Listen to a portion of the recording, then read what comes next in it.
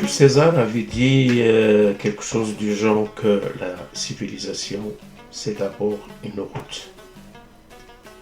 Ça dépend de quelle civilisation on parle, ça dépend de quelle route on veut ériger, construire, et ça dépend aussi vers qui on veut exporter une civilisation. Je vais vous parler un tout petit peu de Eidbougmez. Eidbougmez, c'est une petite tribu isolée, était isolée dans le Haut Atlas marocain, dans une vallée, la vallée de l'ouest d'Eidbougmez.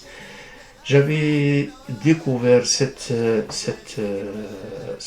communauté en 1974 lors d'une mission de topographie. Et dans ce temps-ci-là, il y avait seulement une piste qui était presque fermée tout l'hiver. Lorsqu'elle est ouverte, rares sont les véhicules qui peuvent s'y aventurer. Surtout les véhicules de tourisme, c'est pratiquement impossible de passer par là.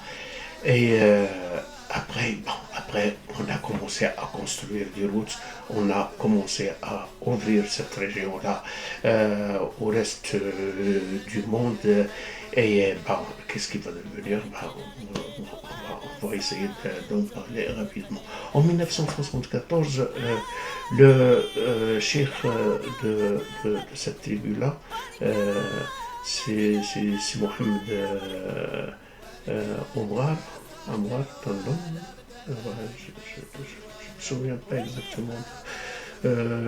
Oudglaout, son nom c'est Oudglaout.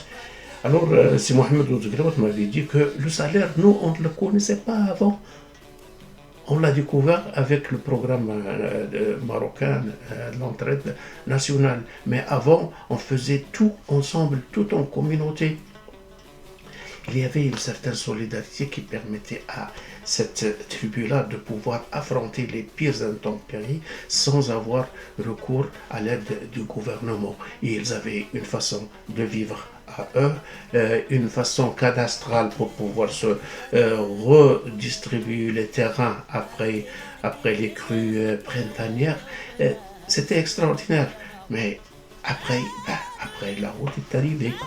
Et avec la route, il va y avoir les promoteurs immobiliers sûrement. On va sûrement acheter la vallée à ces gens-là et on va la défigurer. Et on commence déjà à la défigurer avec un certain tourisme de gens qui sont riches mais qui n'ont presque aucune éducation, aucun respect pour la nature. Ils mangent, ils jettent leurs détritus partout. Ils admirent la beauté des paysages tout en salissant ce paysage-là. Et chaque détritus qu'ils jettent, c'est pratiquement une flèche qu'ils tirent dans le cœur de la nature. Mais ils en sont inconscients. J'étais monté jusqu'à la source du Loued Eidbougmez. Ils l'ont vraiment bien construit. Vous le voyez sur la vidéo là. Ils l'ont assez arrangé. Sauf que, voilà, regardez, les touristes sont arrivés là. Ils ont emmené leur boîte de sardines et les jettent à l'intérieur de la source. Ils jettent même leurs sandales à l'intérieur de ça, sans parler du plastique partout. Donc, ce qui fait, à mon humble avis, lorsqu'on construit une route, il faut qu'on soit assuré qu'on a une civilisation à exporter et surtout qu'on a un peuple civilisé pour pouvoir l'emprunter. Il faut commencer d'abord par éduquer le touriste pour pouvoir l'envoyer et visiter la nature tout en la respectant. Mais maintenant, malheureusement, lorsqu'on construit une route analogique, entre guillemets, une route physique, et avec les routes électroniques qui vont faire de la publicité, par exemple, pour une certaine région, comme la région du Ouest, il va y avoir de l'affluence, il va y avoir de la destruction.